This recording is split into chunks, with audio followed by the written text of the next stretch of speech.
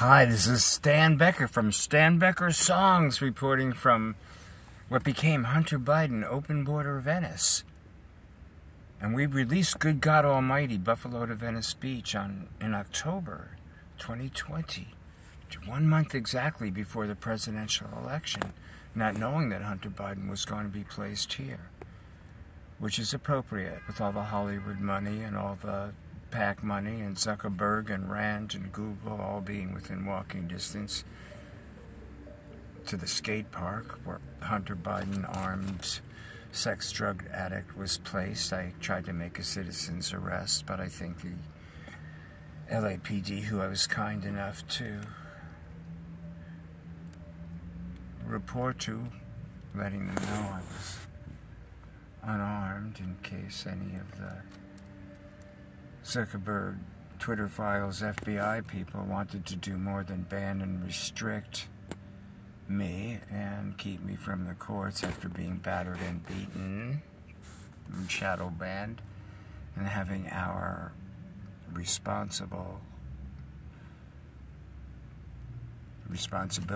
the ability to respond to violence, a death harvest, a lease, partner, service, provider, protocol for quote-unquote affordable housing, these non-profit private developers taking territory and treasure. They really have no politics. This is about crime, not politics. It's a bipartisan issue, or should be. Even the FBI has some great agents in FBI who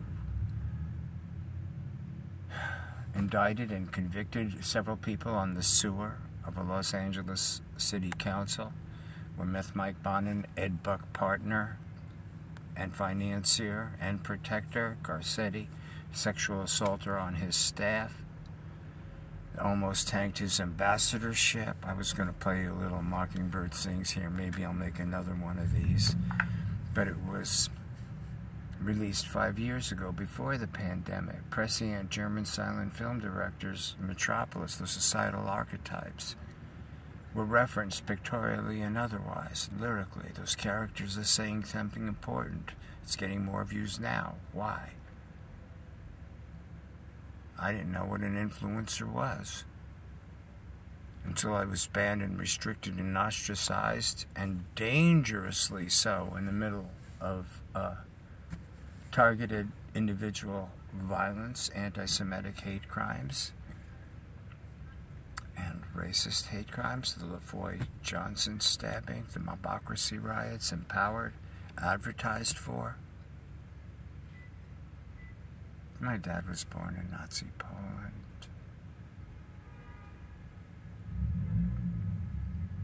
And that generation didn't talk much about it, and he quit high school to fight on a destroyer in active combat and was decorated for courage under fire, and then worked 40 years in a factory with a power tool on his hand, on his feet, and never once a complaint like most of the guys from that generation. I've heard it said that first-generation Americans, regardless of their race or the religion or the background, Hispanics, Jews, black people from all over the world, in many countries, those first-generation Americans have indeed a stronger foundation in common sense American patriotism that you don't have to shy away from or be embarrassed about expressing. Because some of those people, like my dad and my granddad, God rest their souls, and so many others who weren't as lucky. And it was a long naturalization process with a lot of paperwork and a lot of medical files internationally from all over the world for each child, and Papa had to come here without his wife and 3 small children, to make enough money to get them over. It was tough. I'm not saying it has to be that tough necessarily for anybody else, but how many millions? Civil invasion right here. What Mockingbird Sings, which is one of the last videos Rhino Records A&R director and Apple iTunes archivist, hired by Steve Jobs himself, I believe, and Liberty Foundation philanthropist with the same loving, caring, tender, strong politics that I had, that the owners of Rhino Records had. I only had a falling out with them since Gary's death. It's now become the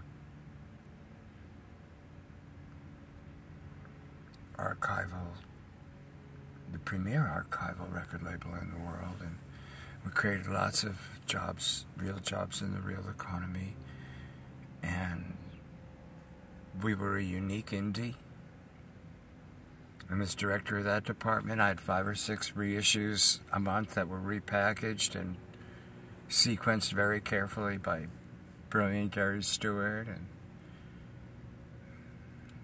just less than a dozen of us, including the art department and the expert shipping staff and warehouse archival people, all incredibly knowledgeable, incredibly dedicated. And you know, I worked hard on the Iran-Contra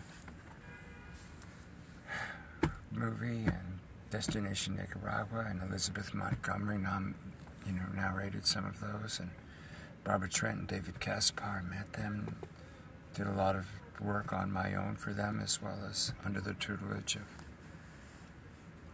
my responsibilities at Rhino. Richard Foos had me call Bob Samuda during the first comic relief. I shouldn't be on the defensive, but just saying, you know, these people that have there's these fake bid people, expunged villains, vicious hotel hostess, gang stalkers, been very, very kind to those of them that really need a break and are working hard. But of course, in the layers of rackets, if you're seeing The Sopranos, or if you read about Dirty Roger Mahoney, or Googled Steve Lopez's Deal with the Devil about Dirty Roger Mahoney, who controls the St. Joseph's land, and Meth Mike Bonin had a secret meetings with him in '05, commensurate with the previous Holy Father, making a very tragic, horrific history thanks to many courageous traditional Catholics that were abused and outraged and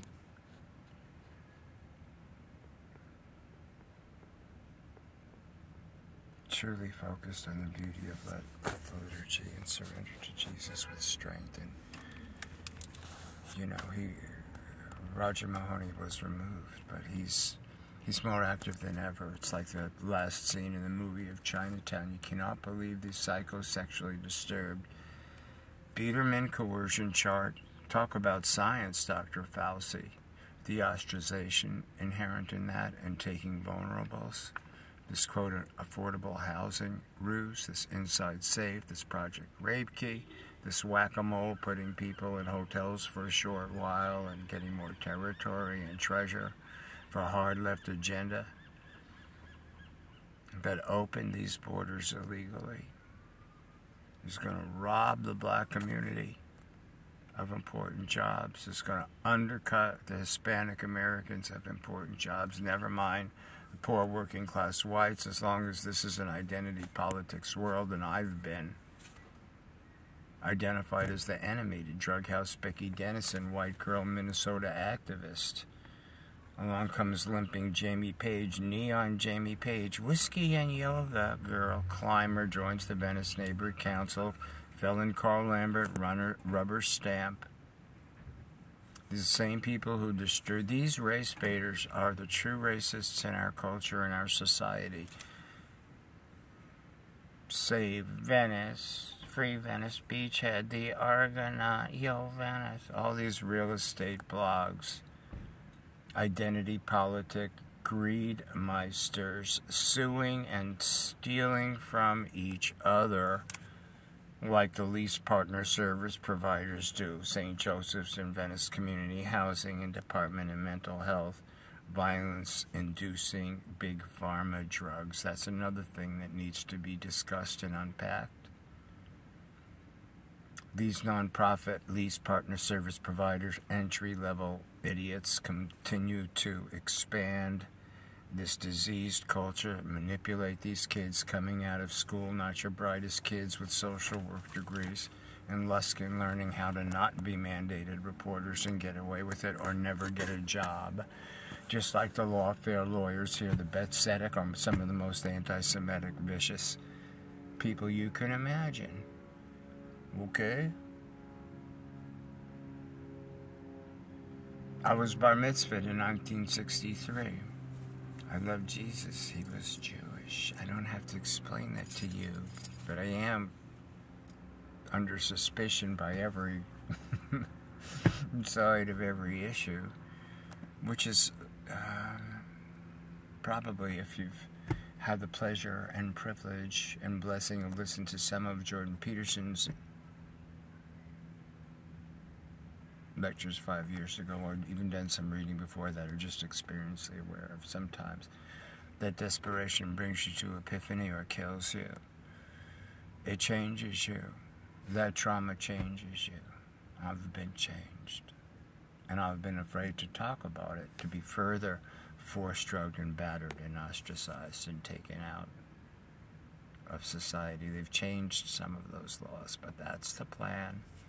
This new millions Gavin Newsom wants for mental health and help people, it's the same lease partner service providers, white nonprofits, $430,000 on top, twice or thrice what racist Bobby Tillman Superior Court judge makes the one time I had a trial in my entire life that my dad and Eddie Nugeth and the Catholic, Irish Catholic and the Italian Catholics in my family, in my close personal family, first cousins and auntie, and the Irish Catholics and the Italian Catholics and the Puerto Ricans on the same floor, never mind the same building in the projects of Sheepshead Bay. This, you know, and the kids grew up in my apartment and I grew up in their apartment. We had to listen to their mothers and fathers, and they had to listen to our mothers and fathers. And everybody seemed to have a mother and father, and there was lots of different colored kids from kindergarten on, and including at my bar mitzvah, including my Italian cousins in Catholic schoolgirl uniforms, taking me to Bethlehem Temple as a 5-year-old to learn Hebrew on Nostrand Avenue because we had Jewish grandparents that couldn't have adored their Catholic grandparents, granddaughters.